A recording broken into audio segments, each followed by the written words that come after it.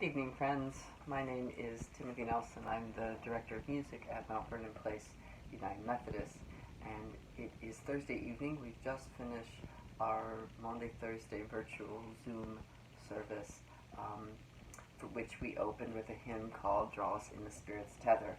And yesterday, our music ministry team released a hymn discovery guide that taught this hymn, the music and the words, but also talked about the history, and I was lucky to be joined by Bill Matson to do that. I'm going to do a similar hymn discovery tonight because tomorrow is Good Friday, and we're doing a very special service tomorrow based on what is called the 7 Last Words of Christ. And between each of those meditations that I'll talk a little bit about tonight, we will be singing a verse, a single verse each time, though different from a hymn that we know in English as O Sacred Head, Now Wounded. The 7 last words of Christ are not actually 7 words, but they are the 7 statements recorded in the Gospels that Christ spoke while on the cross before his death. Through the last 1,000 years, maybe a little more even, those 7 statements have become part of a ritualization that helps us understand, honor, mark, contemplate upon the significance of Christ's death for us. And it's become, in some traditions, a Good Friday rite to perform in some way something based on the 7 last words of Christ, these 7 last statements.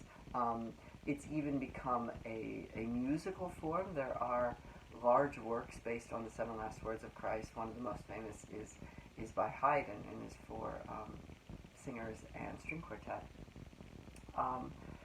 We will be doing it tomorrow in a series of spoken meditations upon the significance of each of these statements that Christ made. And between each of these, we will meditate, we will bridge, we will reflect by singing one verse of a hymn, like I said, in English that we know of, O Sacred Head, Now Wounded.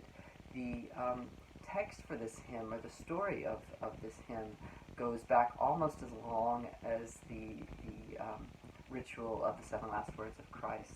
It originated from a long, early medieval poem that in Latin is called the Jesu Membra Nostra, which means the body parts of our Jesus. It is a extended, long 7 sectioned poem. In each of the sections of the poem is a meditation upon a different part of Christ's body, which was wounded during the crucifixion. And this too became a musical form. There's a very famous set of cantatas by a composer named Vouchsafe called Membra Jesu Nostra, and each of them is a setting of this poem and is dedicated to one of the body parts of Christ.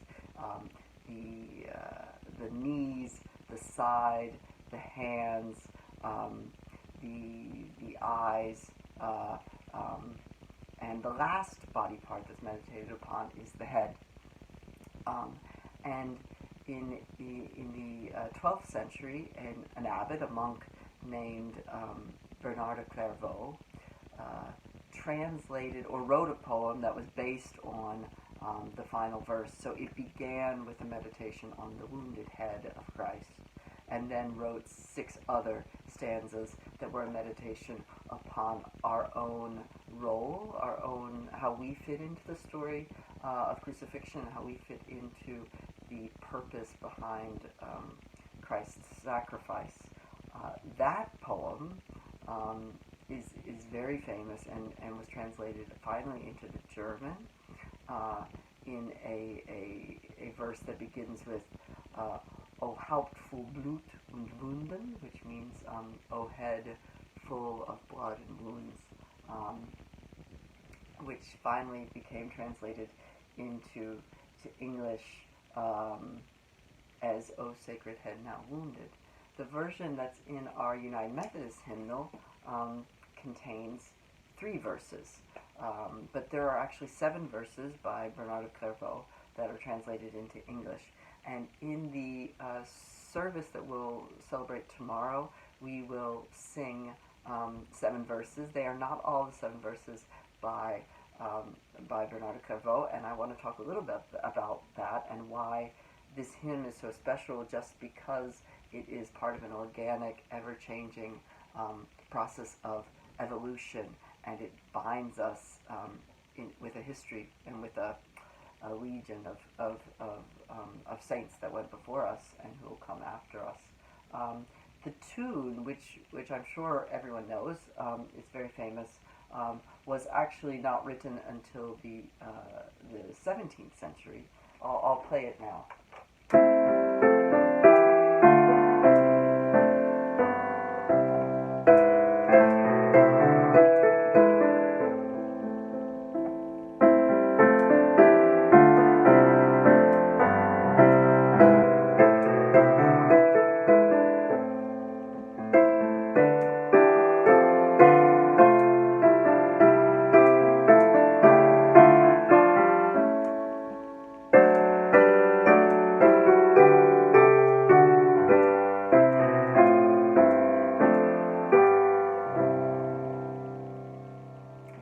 Now, many of us know this tune or chorale melody, you could say. We say chorales because after the Reformation, Martin Luther didn't believe in the same use of music as a decorative element in worship the way the Catholics had. And he himself composed, and he also gathered a group of melodies to be sung by congregations in the vernacular, so in German. And these chorale melodies became the centerpiece, really, the meditative prayer experience in Reformed churches in the 15th and 16th and 17th century. This chorale melody, most of us know because it forms the backbone of a work called the St. Matthew Passion by Bach. If you remember earlier, I mentioned Vouchsafe, who wrote a set of cantatas on the Jesu Member Nostra. Bach, the famous story about Bach is when he was a child, he walked 200 miles from his birthplace to Lübeck to hear Vouchsafe, who was a famous organist, play the organ. And that's a very famous story about Bach and connects those two composers.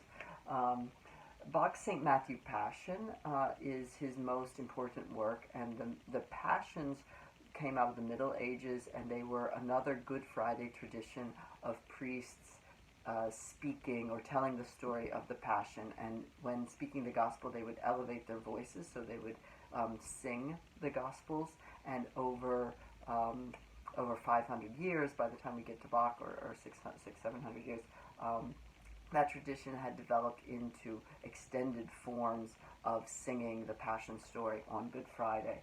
And the Passions of Bach are for one tenor who will sing the role of the evangelist. He will sing the scriptures, depending on which Passion. In this case, the St. Matthew Passion. Bach also wrote a St. John Passion. He also wrote a St. Mark Passion, which is lost to us.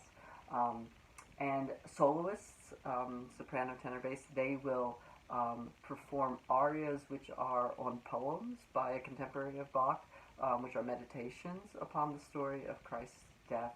And then the congregation would sing the verses of the chorales throughout the entire service. So in the Bach Passion, when we come to these verses of O Sacred Head, the congregation would have sung them. So the ceremony, the ritual, the service that we'll celebrate together tomorrow night is very much in line with the Bach Passion itself. It was a communal ritual. It was a coming together to tell a story and to be part of what Julie tonight called a collective effervescence together. And it connects us to a whole tradition of storytelling. O Sacred Head, the melody is actually based on a secular love song of troubadours that we don't know when it originated, but sometime in the Middle Ages, and it became a religious song only in the 17th century, and then part of Bach's Passion in 1729. the other thing that's beautiful in the Bach Passion is that every time it comes, it's in a different key. And when he finally gets to the very last time, which is after the body, or just before the body's taken off the cross, at the very end, instead of modulating as we expect, he does, and then he modulates in 2 or 3 bars all the way back to the key where he started. So for Bach, there's this cyclical element to the Passions. Tomorrow night we're going to sing 7 verses. Obviously this number is 7. I've mentioned it a lot. 7 body parts, 7 last words. Now these 7 verses. In the hymnal, like I said, we have the 3 verses by Clairvaux, which I'll sing the first one. O sacred head now wounded, with grief and shame weighed down, now scornfully surrounded, with thorns thy only crown. How pale thou art with anguish, with sore abuse and scorn.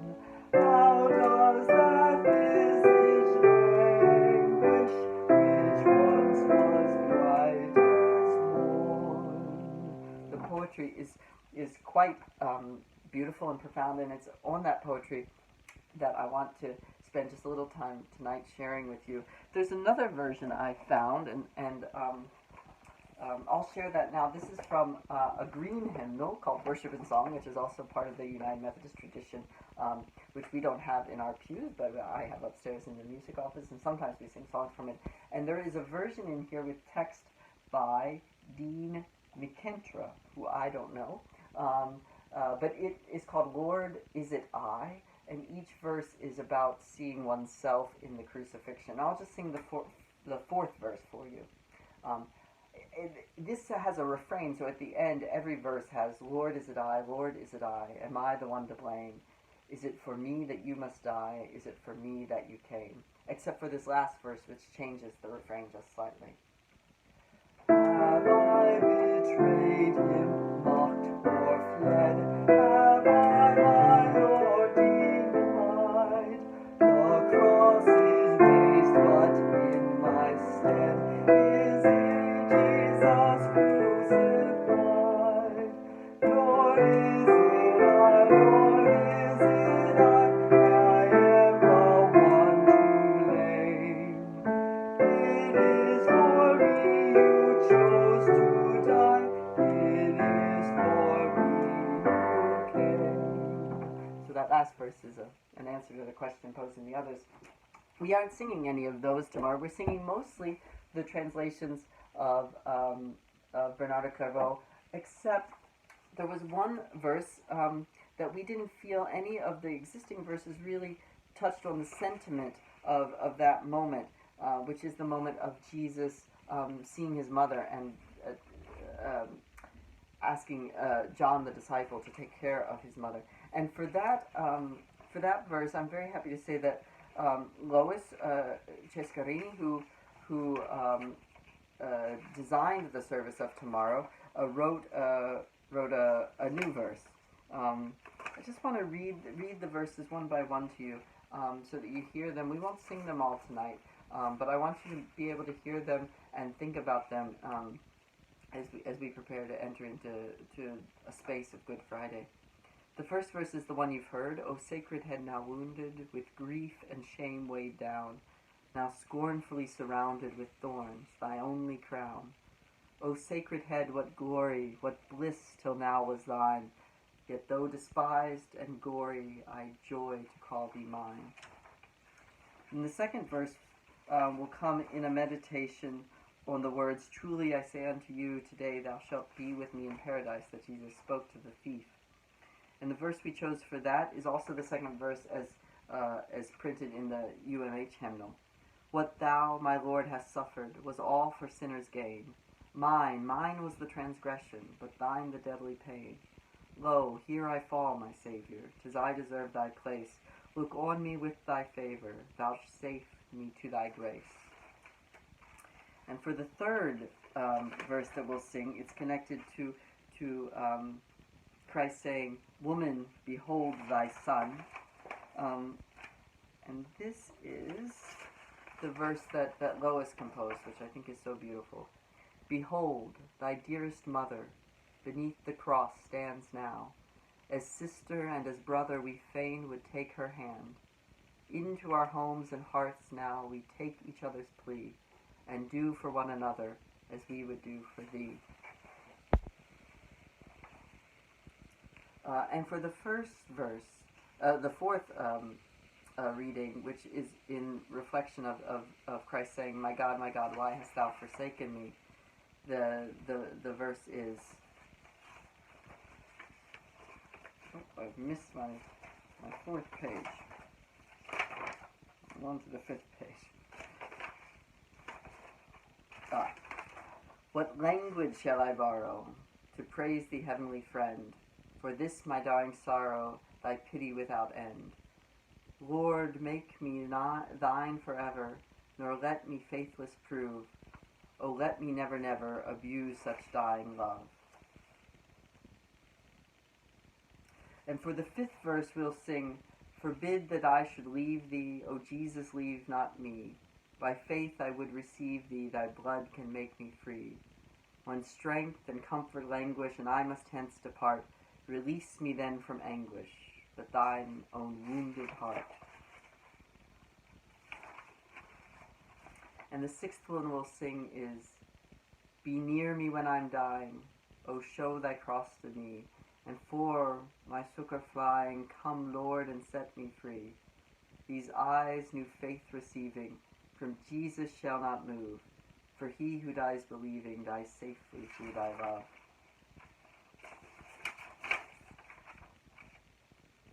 And then the final we'll sing is, "The joy can never be spoken, above all joys beside, when in thy body broken I thus with safety hide. My Lord of life, desiring thy glory now to see, beside thy cross expiring, I breathe my soul to thee."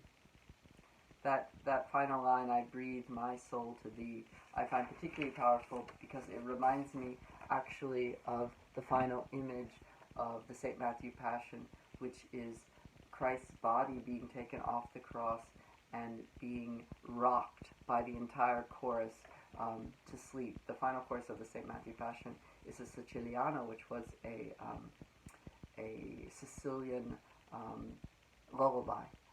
And I find it very beautiful that the final moments of that piece are a lullaby. I'm just going to sing 3 verses of O Sacred Head, which I will include in the notes for this video, but I'll also include the other verses so that they can be in your thinking tomorrow as you, in your own way, prepare for Good Friday, which is one of the most powerful services of the liturgical year.